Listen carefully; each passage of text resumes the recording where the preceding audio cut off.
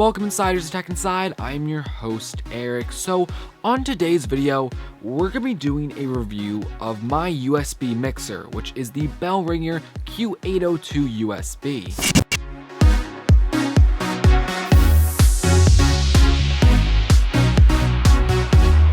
So before we start off with the actual design of this mixer, I will say this USB mixer definitely is on the smaller side.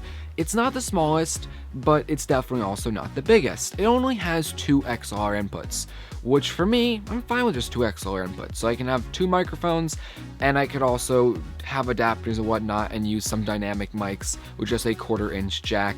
But again, for me, 2 XLR inputs for my case at my desk is perfectly fine. Now, if you want to get a bigger mixer, Bellringer has a very similar mixer that's basically the same as that, but it has more XLR inputs. And of course, yes, that technically is another product, but you should be able to get a decent idea of how that mixer is gonna perform and work and all that, because they're roughly very similar mixers by the same company. And with that said, getting right into the design of this mixer, it's a relatively low profile design. Like I said, it is a smaller mixer. It's all made out of metal, and if you pick it up, it feels like a very firm device. It's not bending or creaking or anything. It's all solid, and that's good. I mean, most mixers these days are fine with the design, but in case you're going to be mobile or something with this mixer, because it is small, and I actually do have one of these mixers for Inside Radio that we can bring around for just portable usage, and it works fine for that. It's very sturdy, very well built, I guess. But getting more into the important details, like I said, this has 2 XLR inputs that do support phantom power, so if you have a microphone or something that needs phantom power, you can do it 48 volts. It also has 6 line inputs, so if you want to connect guitars or dynamic microphones, you can do that as well. There also are 2 RCA inputs. I've used them once and I kind of had trouble with them, so I kind of just was like, forget it. They probably still do work, I'm not worried about that. I just guess I didn't set them up right. But going back to the 2 XLR inputs, both the XLR inputs have an independent gain knob, so you can adjust your microphone speed the exact gain you want. And on top of those 2 gain controls, there also are other gain controls at the bottom of the mixer, so you can actually adjust the levels of each individual channel. Now, these aren't sliders like big mixers, it's just a little dial, and that's fine. Some people prefer sliders. If you had a bigger mixer, it probably would have sliders, but this one doesn't. And also for each input, there's a row of dials, so you can adjust all the settings, like the mids, the bass, the treble, the balance. I mean, that's in all mixers these days. And for the output, there are 2 sets of TRS jacks for the main output and the control room output. And I will say it's definitely nice to have a control room output and a main output, because you can kind of set it up a little bit funky how you choose to. And that's how I'm going to transition into the next segment. I probably don't have the most ideal setup for my mixer, but hey, this is how I have it set up in case you're interested. So here I'm going to try to explain how my mixer and whatnot is set up. So here's the mixer, and first I want to show that I am not using the main output. I'm actually using the control room output, and you'll understand why later. Now, I have some funky things on top of it, I realize. I have a 1/4-inch to RCA adapter, which then goes to these weird adapters for headphones that are made to be connected to TV sets and gaming consoles and whatnot.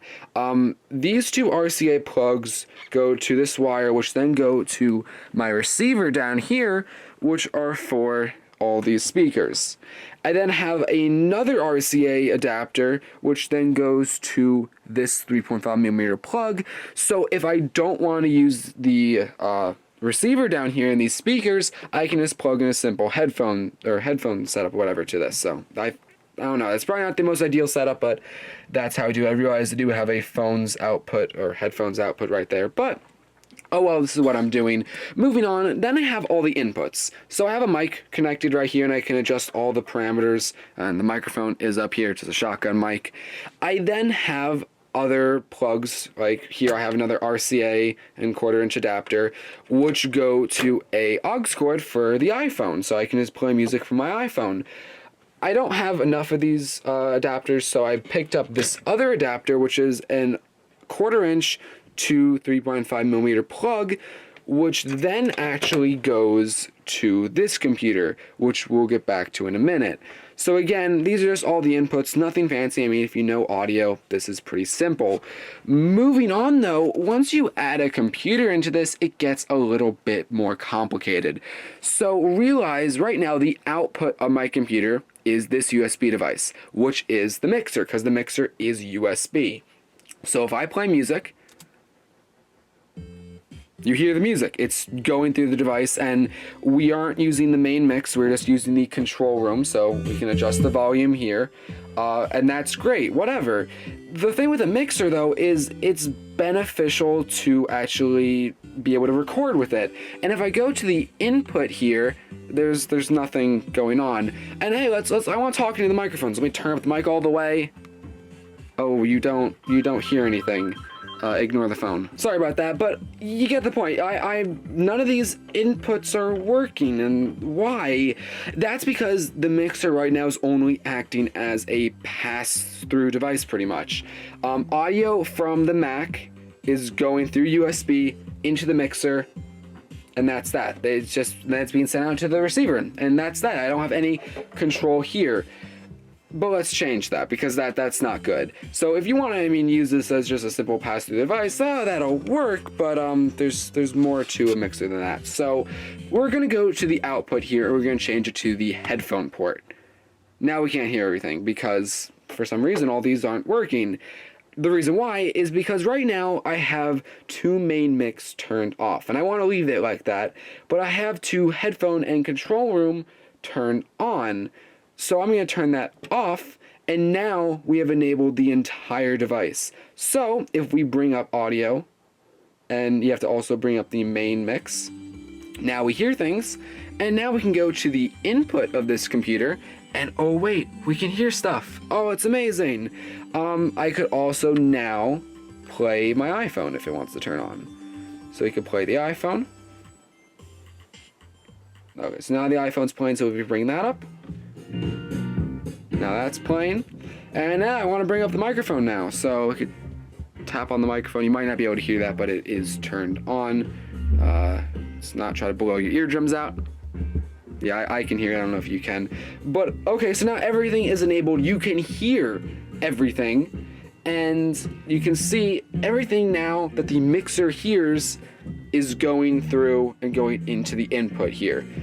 So everything's now working. Now I can go record my podcast by turning up microphones, turning up the any audio that I need for either other audio for like the iPhone, or if I ever want to play anything from my computer, whether it be sound effects or just have a Skype call going on, that call will go through the mixer, and if I had headphones on, just being plugged into here, then I can hear not only what goes on with this computer, I'll be able to hear my voice, so I'll know if I'm even with anyone else that's talking, and I'll be able to hear any other device that's plugged into it if I want to play music or sound effects or anything.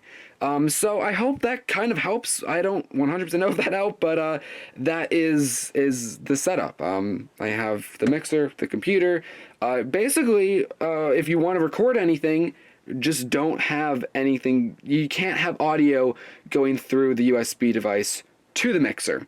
You only have the USB plug to send audio to your computer as a simple input, and I hope that helps. So there's how my mixer is set up. It might be a little bit weird, but really I kind of use my mixer just so I can have multiple inputs to be played on my loudspeakers, or even if I want to record a podcast. And for what I really do with it, this kind of low profile small mixer, although it doesn't have a ton of inputs and it's not crazy advanced, it's a basic mixer.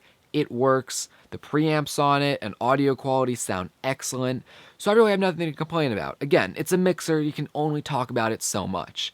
I just want to say, if you're looking for a low-profile mixer, if you want to start getting into podcasting and whatnot, and you probably only going to need like 2 XLR microphones, this could be a great option for you for only around $80. But anyway, there you go. That is the review / tutorial or whatever of how my mixer is set up. Really, I just wanted to show you guys how my mixer was set up, honestly.